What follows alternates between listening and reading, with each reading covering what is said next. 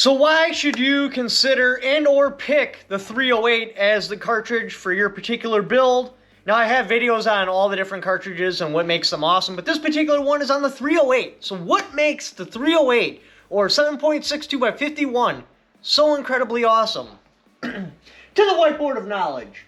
Number one, reloading overlap with 5.56. So if you already have a 5.56 or 223, and you have your reloading components, aside from the brass and projectiles, a lot of the powders can go right into a 308. So you can have just one powder for both calibers. And that's nice when you can just have a single powder, because it makes buying it, you can buy in bulk. It just streamlines everything. Like I use CEF 223 on like everything.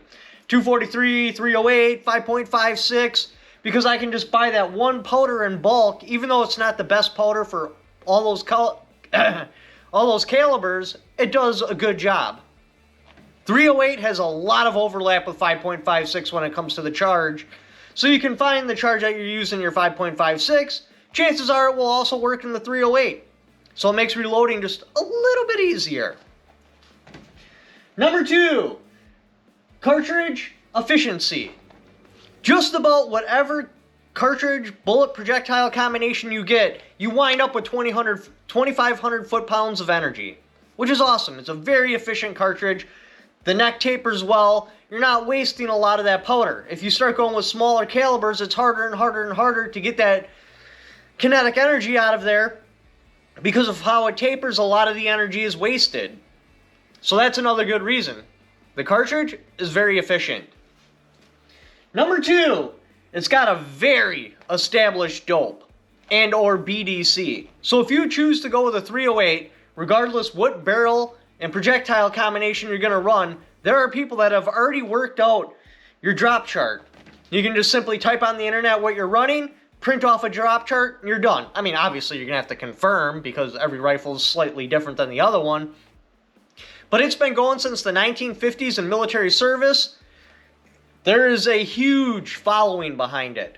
So all that math is already done for you. You can go and buy scopes with a BDC reticle already in them that's calibrated. It's not like running a 6.5 or a 300 blackout or something like that where you're taking a pre-existing BDC and you're making it work. Like, okay, so I got to zero at 75 yards and then the line, that's not actually 200 yards, that's 220 yards, and the next line is 356 yards, and you got to do all this math in your head. No, you zero it for what it says, and all your lines are the yardage to where your 308 is going to hit.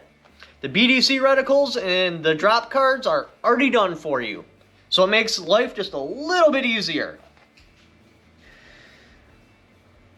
Next one, availability. Plus, it's got a huge surplus. So if, for some reason, I'm going hunting somewhere, and because most states don't let you carry your ammunition inside your rifle case, and this has happened to me, there's a possibility you're going to get to where you're going and realize you forgot your ammunition at home.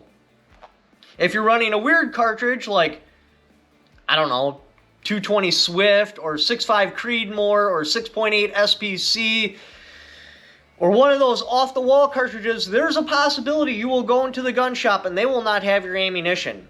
However, if you're running a 308, it's more or less guaranteed they will have the exact ammunition you are already running right there on the shelf because it's such an incredibly popular cartridge. Everyone stocks it. Doesn't matter, you could go into like a head shop and you will find 308 ammunition there. It's that popular that it will be there. You know that you can go into a gun shop, any gun shop in America, and you will find 308 ammunition on the shelf. That's just the way it is. It's that popular. And that's one advantage it has over a lot of the oddball ones. Now, yes, 6.5 Creedmoor is getting more popular. You're starting to see it more places. But still, it doesn't even pale in comparison to 308. Same with, like, what's another good one? 6mm Creedmoor. Basically any of the Creedmoor lines. If you're shooting 223, 308, or 12 gauge for a hunting cartridge, I can pretty much guarantee you go into any gun shop and your ammunition will be there. It's just not that way for all cartridges. So that's a huge advantage 308 has over other similar size cartridges. And there's military surplus ammo everywhere. I don't actually think through the whole entire ammo shortage, it was completely impossible to find 308. Yeah, the price went up on everything, but it was still available. So if I needed 308 ammo, I could still get it. Next reason, obviously, I already talked about this, hunting ammunition. Because it's so popular, depending on what flavor of ammo you want to run or what you're trying to hunt, there is a projectile that is made for that specifically, and it's already in factory-made ammunition. It's not like trying to take 30-06 and you want to run like a 200 grain, so then you got to have a custom barrel made, then you got to reload the ammo because it's really hard to find loaded ammo like that. No, it's already there. Like every option you can think of in 308, there is a factory load for that. Projectile options. Again, I just talked about this. I keep getting ahead of myself. There is a projectile option for just about everything. If you want to target shoot and shoot something really cheap, you can get 147 grain FMJs. You want to shoot long range? Well, you can get 175 grain Sierra Mash King. If you want to shoot something at a smaller game animal, you can run like 130s and some sort of a varmint tip. There's pretty much a projectile option out there for whatever you want to do. You want to run AP? Well, there's AP ammos right out there in 30 cal. Yeah, you'd have to reload that, but the point is, regardless what you want to do with your 308, there is a projectile made for that specific job. Whether that's small game, big game, armor piercing, shooting paper targets, shooting long range, there's already a projectile made for that particular job. You don't have to try to figure things out. It's already done for you. You just got to load it in your rifle, and now all of a sudden, I could load this in, and now I have a small game rifle. I can load this in, I have a big game rifle. I can load this in, I have a marksman rifle. I can load this in, and now I have a rifle capable of taking down armor. Like, that's awesome. It's not like that for a lot of calibers.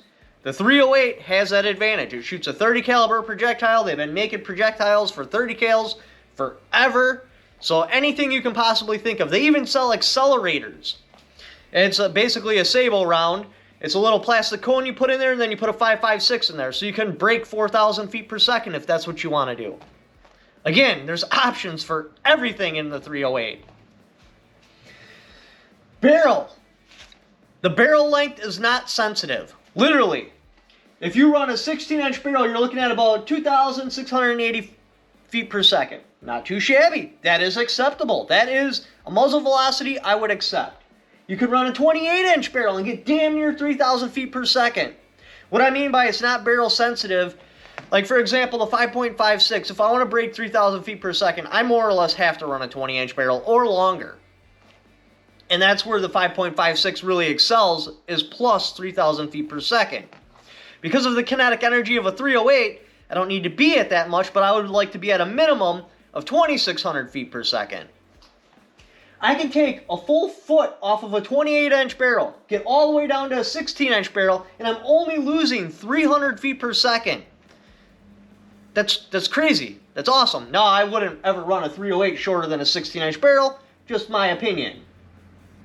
Next reason, it holds 2,200 feet per second all the way out to 300 yards. And when you're flying faster than 2,200 feet per second, your bullet is what I call like extremely effective or extremely lethal, because we're basically made out of water, and so is basically every other living thing out there. When the projectile travels through it faster than 2,200 feet per second, it moves material out of the way so incredibly quick, you get massive damage because of the hydraulic pressure. You get ripping and tearing. When you're flying slower than 2,200 feet per second, it only directly damages what's in front of the projectile. So it is really awesome that it holds 2,200 feet per second all the way up to 300 yards, plus it's got kinetic energy at the muzzle of 2,500 foot-pounds of energy. So what I'm basically digging at here is with 2,200 feet per second all the way up to 300 yards, and a kinetic energy at the muzzle of 2,500, and that's even in a barrel of 16 inches, I would feel totally comfortable taking on anything in the world. You know, I mean, obviously the whale would have to be beached, because if I went underwater, the projectile wouldn't be very effective. But the point is, inside of 300 yards, that cartridge is more than capable of handling anything on the earth. Seriously. It has enough power. If you combo it up with the right projectile, you shouldn't have any problems being short of oomph if you're taking on something in the world. You know, maybe space aliens will come down someday or something like that, and you might need a little bit more, but the point is, like, from deer to elk to whatever, inside of 300 yards, 308 is more than enough. Barrel life. Now, people argue about it all over the internet, but it appears that the general consensus is the barrel life on the 308, that's a non-chrome line barrel, you should get a minimum of 5,000 rounds out of it, as long as there's no unexpected, like, sand in your bore or something like that. Like normal use, without any problems, you should get about 5,000 rounds out of your barrel. Now throw a chrome line barrel on there, I'm hearing quotes as high as like 10 and 15,000 rounds. So again, the barrel life is debatable, but typically the consensus is you're looking at a minimum of 5,000 rounds on a non-chrome line barrel. Chrome line barrel, much more. The next good reason about a 308 is the recoil's manageable. It's not that bad. Like in a semi-automatic platform, your average person can pick it up and be able to deal with the recoil just fine and put 2,500 foot-pounds on a target if need be. So the final and last reason why the 308 is so incredibly awesome is it fits in this size of magazine. This is the AR-10, SR-25, whatever you want to call it, your FN/FAL magazines. It will fit inside of here. Therefore, that gives you the semi-automatic option with the 308. Now, yes, there are rifles that shoot bigger magazines than this. Those are the exception, they're not the rule. And you can go like an M1 Garand and get a 30-06. However, a detachable magazine is what makes a semi-automatic awesome. So that eliminates the M1 Garand. Those bigger ones, I mean, they're cool and all, but you're looking at, what, a $6,000 rifle, and everything is proprietary? The AR-10 magazine is the way to go. Or your FN/FAL mag, depending on if you like FM products, blah, blah, blah, blah, blah, blah.